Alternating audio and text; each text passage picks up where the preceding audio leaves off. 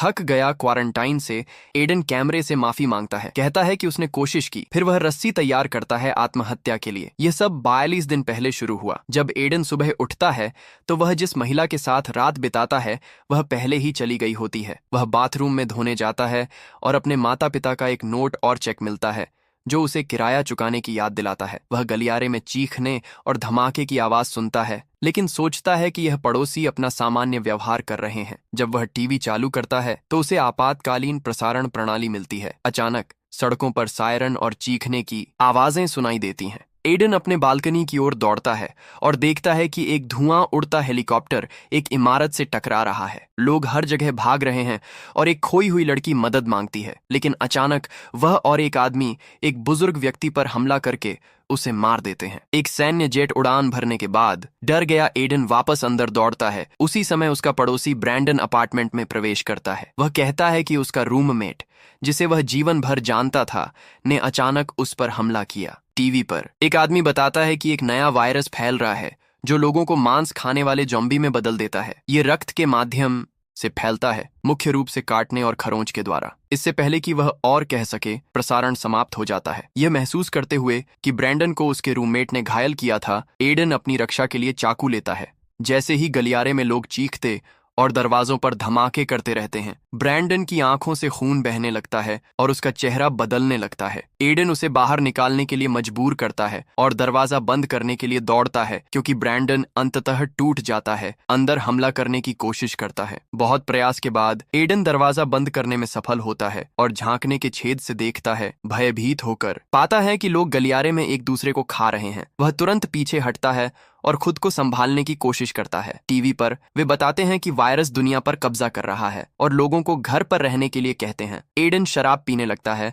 और अपने परिवार को फोन करने की कोशिश करता है, लेकिन फोन लाइनें काम नहीं कर रही हैं। आखिरकार उसे अपने पिता से कई देरी से आए टेक्स्ट मिलते हैं जिसमें लिखा है कि वह और उसकी माँ उसे देखने जा रहे थे, लेकिन उनकी बहन के बारे में कोई खबर नहीं थी। हालांकि एक और टेक्स्ट में माफी है क्योंकि वे नहीं आ सके और वे एडन से जीवित रहने के लिए कहते हैं। आखिरी टेक्स्ट उसकी माँ का है जो उसे फोन करने के लिए कहता है, लेकिन जब वह कोशिश करता है तो लाइनें अभी भी काम नहीं करती। एडन टूट जाता है और अधिकांश दिन दुनिया को देखते हुए रोता रहता है। बाद में वह महामारी के दिनों को गिनना शुरू करता है और पोस्ट-इट पर रिमाइंडर लिखता है। वह अपने पिता और उनके साथ बिताए समय के बारे में सोचता रहता है। छठे दिन एडन घर में चीजें इधर उधर करने लगता है, बदलाव की बेताबी में। टीवी पर विशेषज्ञ बताते हैं कि क्वारंटाइन का लोगों के दिमाग पर क्या प्रभाव पड़ रहा है। 7वें दिन वह एक वीडियो लॉग रिकॉर्ड करने की कोशिश करता है, लेकिन गलियारे में लोग अभी भी चीख रहे हैं और एक दूसरे पर हमला कर रहे हैं, जिससे डरावनी आवाजें आती हैं जो उस पल को खत्म कर देती हैं। एडन बताने की कोशिश करता है कि ये लगातार आवाजें उसे कैसे प्रभावित कर रही हैं, लेकिन वह कंप्यूटर बंद कर देता है। 14वें दिन एडन सभी खिड़कियों को ढक देता है ताकि वह शहर की स्थिति देखने से बच सके, लेकिन वह समाचार बंद नहीं करता। विशेषज्ञों ने ज़ॉम्बी चीखने वालों का नाम रखा है और बताते हैं कि वे बदलने से पहले कही गई आखिरी बातों को दोहराते हैं। एडन शराब पीता रहता है और जब भी कोई दरवाजे पर धमाका करता है वह उसे नजरअंदाज कर देता है। 16वें दिन एडन को पता चलता है कि उसके पास पानी नहीं है और हताशा में चीजें फेंकता है। वह जानता है कि उसे सप्लाई के लिए बाहर जाना चाहिए या अपने परिवार को ढूंढने की कोशिश करनी चाहिए, लेकिन वह हिम्मत नहीं करता क्योंकि वह अभी भी बाहर मरते लोगों की आवाज सुन सकता है। एडन सेंसरी डिप्रिवेशन के बारे में पढ़ता है और यह कैसे लोगों को मतिभ्रम करा सकता है, इसलिए वह खुद को व्यस्त रखने के लिए गिटार बजाने या खेल का अभ्यास करने की कोशिश करता है। हालांकि वह इतना हताश है कि वह एक दर्पण तोड़ देता है। एक रात वह बाथरूम में आवाजें सुनता है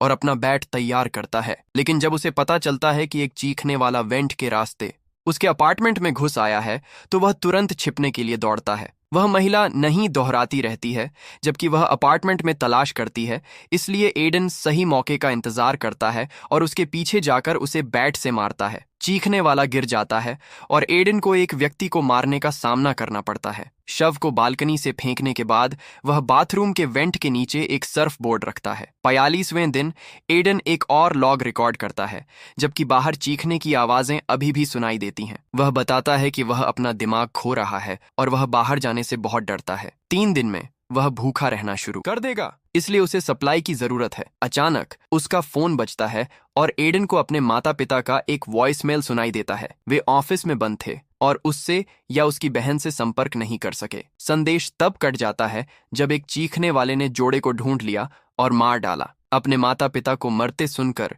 एडन का अब तक का सबसे बड़ा टूटना होता है। हताशा में एक रास्ता ढूंढने के लिए वह अपना बैट लेता है और अपार्टमेंट से बाहर निकलता है और ब्रैंडन को फर्श पर दोहराते हुए पाता है, मैं ठीक हूँ। एडन उसे मारने के लिए तैयार होता है, लेकिन वह ऐसा नहीं कर पाता। उसी पल कई चीखने वाले उस पर हमला करने की कोशिश करते हैं, इसलिए वह तेजी से हटता है और जितनी तेजी से हो सके दौड़ता है। चूंकि चीखने वाले रास्ता रोक रहे हैं, एडन नीचे की मंजिल तक सीढ़ियां लेता है और कुछ धावकों के गुजरने का इंतजार करता है। वह किसी भी हमलावर को धक्का देता है और आखिरकार दूसरी सीढ़ियों तक पहुंचता है, जिससे वह अपने मंजिल पर वापस आता है। अब वह विपरीत गलियारे से अपने अपार्टमेंट तक पहुंच सकता है और जल्दी से फ्रिज को दरवाजे के सामने धकेलता है। झांकने के छेद से देखने पर चीखने वाले उसे ढूंढ रहे होते हैं। कुछ ही पल बाद एडन को एक तेज आवाज सुनाई देती है और उसके अपार्टमेंट की बिजली चली जाती है। जब वह खिड़की से बाहर देखता है तो उसे पता चलता है कि पूरे शहर की बिजली चली गई है। वह रात अपने परिवार के बारे में सपने देखते हुए बिताता है और सुबह चीखने वालों की आवाजों के साथ उठता है। इससे तंग आकर एडन आत्महत्या करने का फैसला करता है। हालांकि वह तब रुक जाता है जब उसे सामने के अपार्टमेंट में एक महिला दिखती है जो अभी भी स्वस्थ है। इसके बाद एडन अपना आखिरी लॉग रिकॉर्ड करता है क्योंकि उसकी बैटरी खत्म हो रही है और कहता है कि उसे एक लड़की मिली है। वह अपनी दाढ़ी काटता है और उस महिला से संपर्क करने की योजना बनाता है। उम्मीद करता है कि वह उसकी मदद करेगा। जब वह बालकनी पर जाता है तो उसे पता चलता है कि उसके भवन में भी चीखने वाले हैं और वह तुरंत छिप जाता है। फिर भी संपर्क करने का दृढ़ संकल्प रखता है। वह खिड़की पर संदेश लिखता है और वह आखिरकार उसे देख लेती है। उसे पता चलता है कि उसका नाम एवा है। वह अकेली है और उसके पास ज्यादा सप्लाई नहीं बची है। जब उसे चीखने वाले आते सुनाई देते हैं तो उसे अपने पर्दे बंद करने पड़ते हैं, लेकिन वह बाद में बात करने के लिए सहमत होती है। उस रात बारिश शुरू हो जाती है, इसलिए एडन पानी इकट्ठा करने के लिए कई बर्तन बाहर रखता है और फिर नहाता और दाढ़ी बनाता है। अनजाने में एवा कुछ सेकंड के लिए उसे देखती है। अगले दिन एडन और एवा संकेतों के माध्यम से एक योजना बनाते हैं। वे अपने बालकनियों को रस्सी से जोड़ते हैं और वह उसे कुछ पानी की बोतलें भेजता है। उसी पल एक चीखने वाला एवा के भवन पर चढ़ना शुरू करता है, लेकिन जब वह उसके पास पहुंचने वाला होता है तो एडन उसके सिर पर एक कांच की बोतल फेंकता है और उसका ध्यान खींचने के लिए रेलिंग पर प्रहार करता है। वह चीखने वाला एडन के भवन पर चढ़ने लगता है, जबकि एक और चीखने वाला दरवाजे पर इतनी जोर से धमाका करता है कि फ्रिज हिलने लगता है। एवा भी चीजें फेंकती है, लेकिन एडन चीखने वाले का ध्यान अपनी ओर रखता है जब तक कि वह उसकी बालकनी तक नहीं पहुंच जाता। फिर एडन अपार्टमेंट में वापस जाता है और बालकनी का दरवाजा बंद करता है और फ्रिज को सामने के दरवाजे के खिलाफ धकेलता है। बाहर का चीखने वाला खिड़की तोड़ने के लिए प्रहार करता है, लेकिन उसकी चोट उसे गिरा देती है। एडन मौका लेता है और बाहर दौड़कर उसे बैट से मारता है। अब उसकी शर्ट पर खून लग गया है, इसलिए वह जल्दी से उसे उतार देता है। कुछ ही पल बाद एडन एक बैग तैयार करता है और ब्रैंडन की चाबियां लेने के लिए उसके शव के पास जाता है।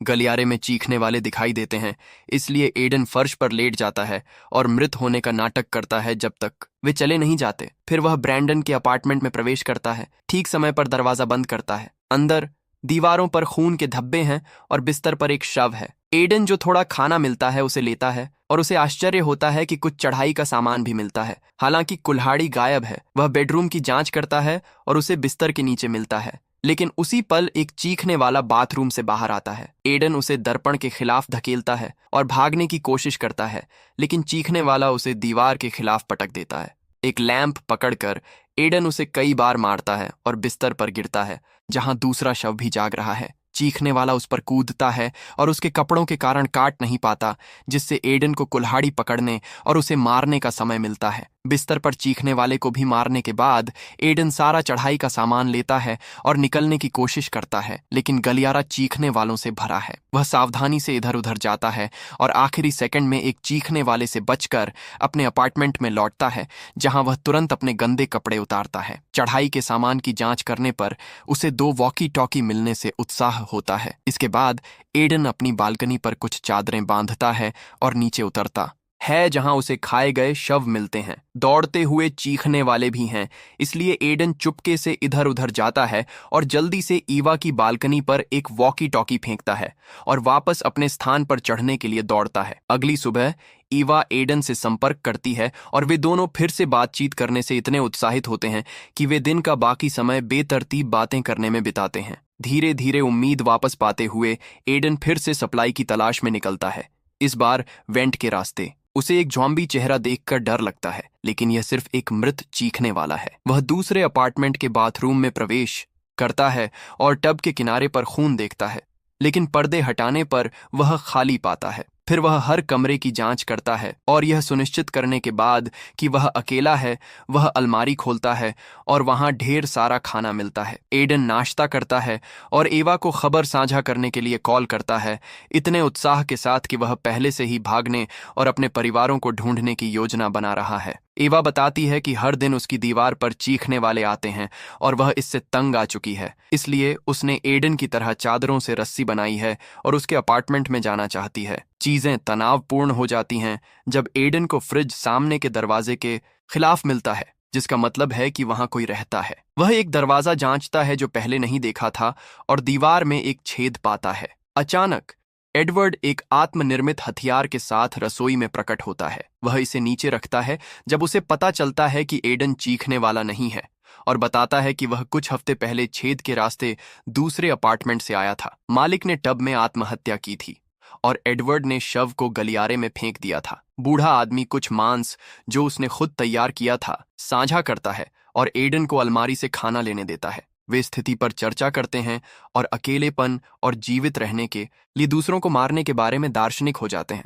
जब एडन और खाना लेने के लिए मुड़ता है, एडवर्ड उसे बैट से मारकर बेहोश कर देता है। मिनटों बाद एडन एडवर्ड के बेडरूम में उठता है जहां वह अपनी संक्रमित पत्नी को रख रहा है। एडवर्ड उसे ज़ॉम्बी भोजन के रूप में उपयोग करना चाहता है, लेकिन उसकी पत्नी बेहोश शव पर हमला नहीं करती, इसलिए उसने एडन को बांध दिया और उसके जागने का इंतजार किया। वह चाहता है कि एडन कुछ दवा ले ले ताकि उसे दर्द न हो, और एडन को लगता है कि उसने पहले अपने पड़ोसी के साथ ऐसा किया था। हालांकि एडवर्ड कसम खाता है कि उसने वास्तव में उस आदमी को टब में मृत पाया था, लेकिन उसकी पत्नी उसे नहीं छूती थी, इसलिए उसे अपने 2 कुत्तों को खिलाना पड़ा। अचानक ईवा वॉकी टॉकी के जरिए चिल्लाती है और एडवर्ड शोर की जांच करने के लिए जाता है। एडन बिस्तर के खिलाफ संघर्ष करता है जब तक कि वह उसे तोड़ नहीं देता और खुद को मुक्त कर लेता है। वह एडवर्ड को कमरे में वापस खींचता है जब तक वह उसकी पत्नी का भोजन नहीं बन जाता। जब वह वॉकी टॉकी उठाता है, ईवा उसे बताती है कि चीखने वाले उसके अपार्टमेंट में घुस आए हैं। एडन तुरंत अपार्टमेंट से बाहर दौड़ता है और चीखने वाले गलियारे में उसका पीछा करते हैं। वह अपने अपार्टमेंट में नहीं घुस सकता क्योंकि फ्रिज रास्ते में है, इसलिए वह ब्रैंडन के अपार्टमेंट में जाता है। वह बाहर देखता है और ईवा को उसकी बालकनी पर छिपते हुए देखता है, जबकि चीखने वाले कांच के दरवाजों पर धमाका करते हैं। बहुत सावधानी से एडन ब्रैंडन की बालकनी से अपनी बालकनी पर कूदता है और अब वह चादरों का उपयोग करके नीचे उतर सकता है। हालांकि चादरें फिसल जाती हैं और वह एक कुर्सी पर दर्दनाक ढंग से गिरता है। शोर से एक चीखने वाले का ध्यान जाता है जो जल्दी से उसके पीछे आता है। एडन एक शव के पास एक बंदूक पाता है और उसे उठाकर उस आदमी के सिर में गोली मारता है। जैसे ही चीखने वाले अन्य बालकनियों से कूदते हैं, वह रास्ता साफ करने के लिए एक और दुश्मन को गोली मारता है। एवा अपनी चादरें फेंकती है और एडन चढ़ना शुरू करता है, लेकिन एक चीखने वाला भी चढ़ता है। एडन के पास कोई विकल्प नहीं है सिवाय एक अलग बालकनी पर कूदने और चादरें काटने के, जिससे चीखने वाला गिर जाता है। अब ईवा नीचे उतरकर एडन से निचली मंजिल पर मिलती है और गले लगती है। दोनों अपार्टमेंट के अंदर जाते हैं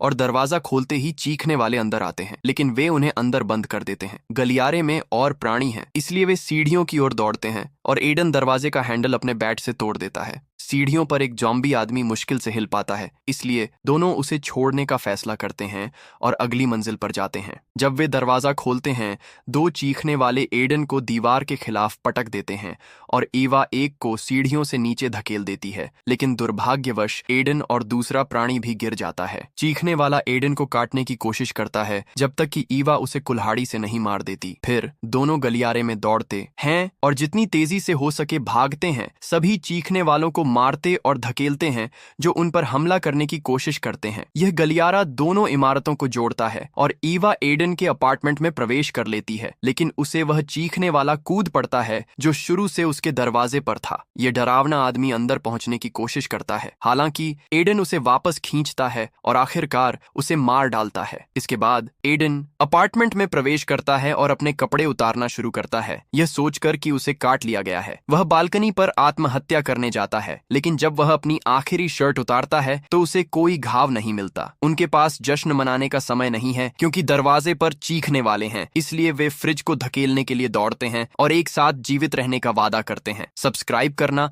और नोटिफिकेशन चालू करना न भूलें ताकि आप इस तरह के और वीडियो देख सकें। देखने के लिए धन्यवाद।